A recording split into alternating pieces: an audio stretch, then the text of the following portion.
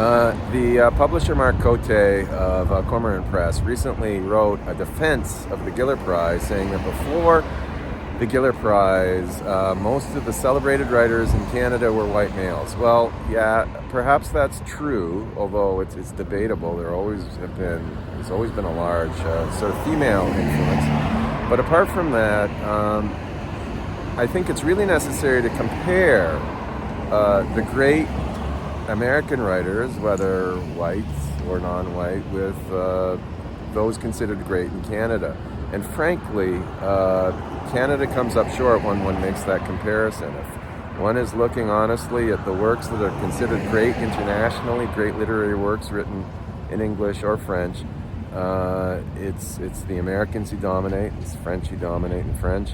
That doesn't mean that all Canadian writers are somehow below the standard of American literature, but it does raise questions about whether we will ever really create a first-class, internationally celebrated literature if we follow the course that we've been following for several decades now. I think it's time to really consider using new artistic strategies, and first of all, admitting that for the most part, narrative now, the most popular forms of narrative exist in non-print published, non-offset published forms. For example, cinema, movie making, streaming services, and so forth all attract huge audiences, including readers. There's a lot of tie-in there. And maybe the Canadian culturati should take a hint from that and start experimenting with novels written in new forms that are more akin to movie making, that are more visual as well as literary.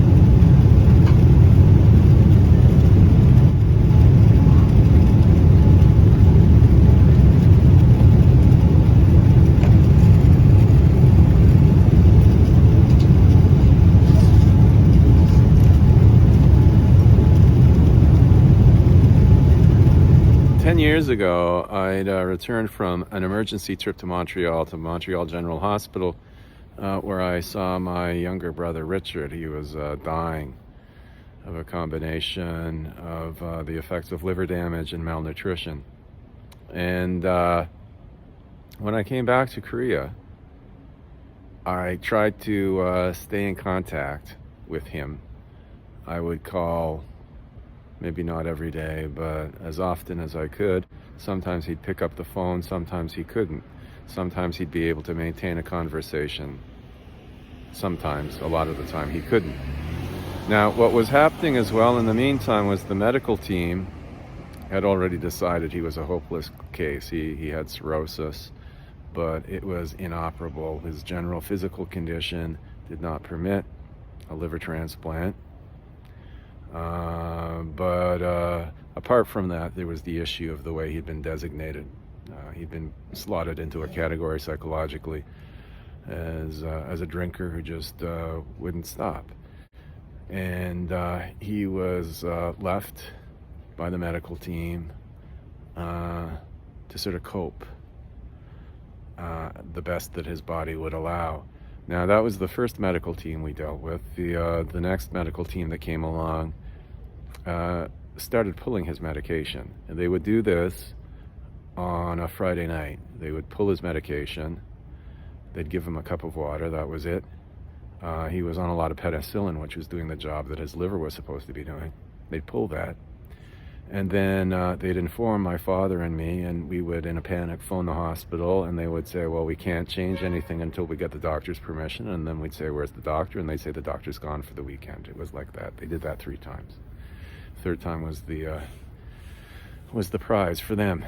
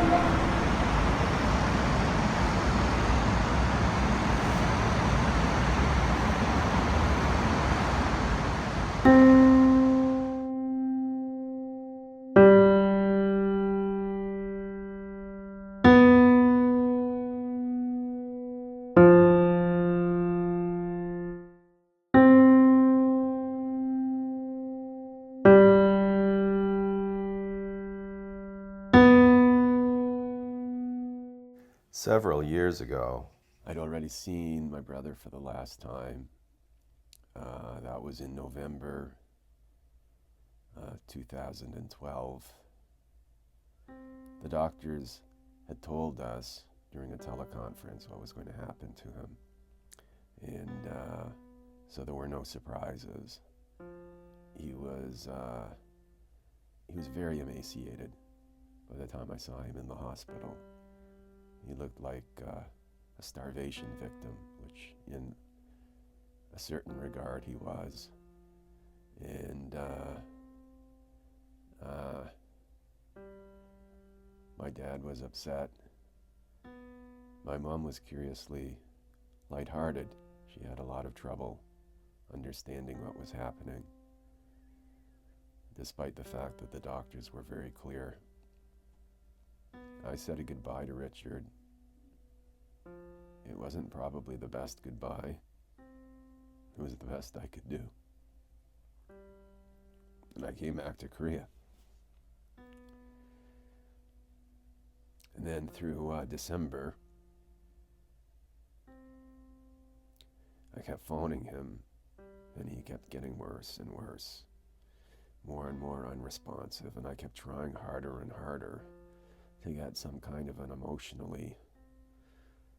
what I considered emotionally appropriate reaction from him.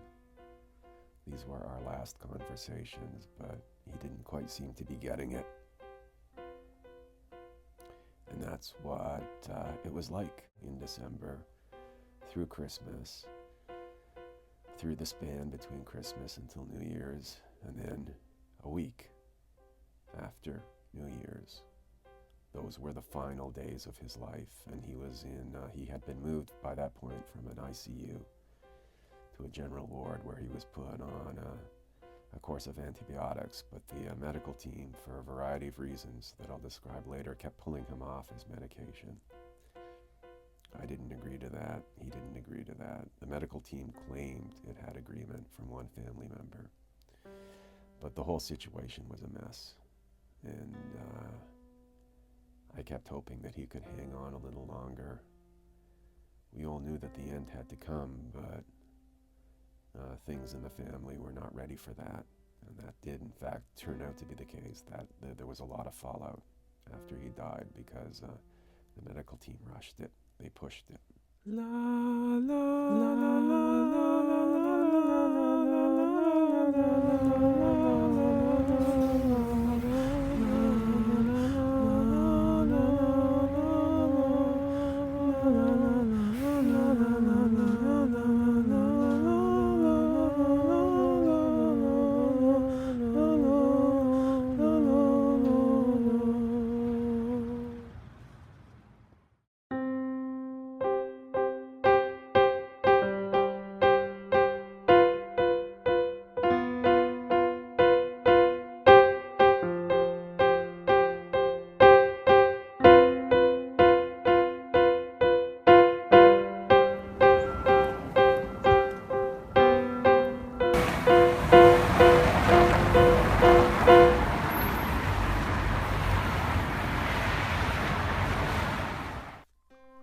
Snow, falls, eyes, ball, cold, warms, thoughts, swarm.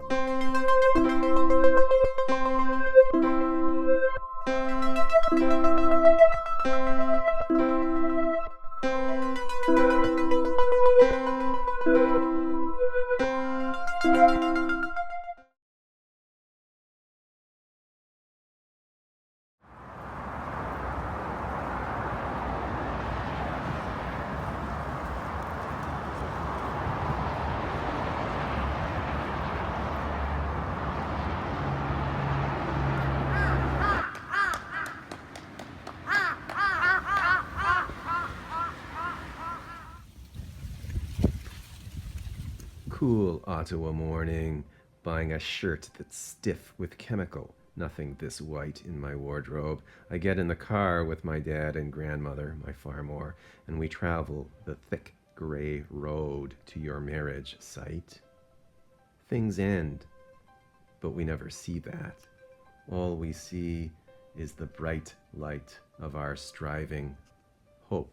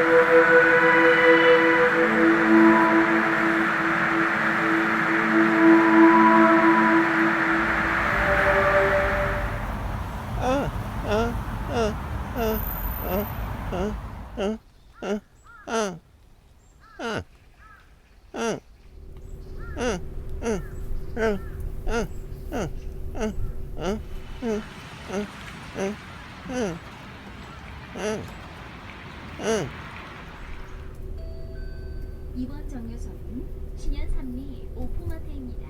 다음 정류소는 광명초등학교입니다.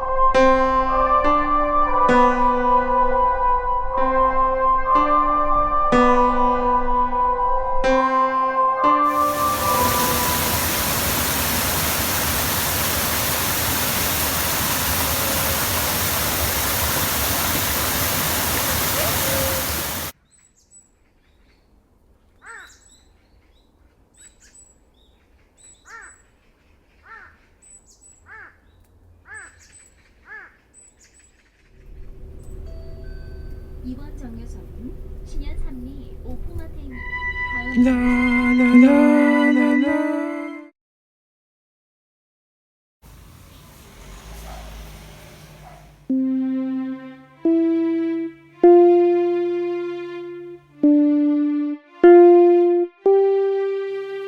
You can bite those targets from your plane, insane, and bomb those houses too in little matter flashes, gray, green, blue, exploding true on a tiny blocky screen, with its ping and its pong and its one channel and its long film. You can do whatever you want, whatever you're ordered to do.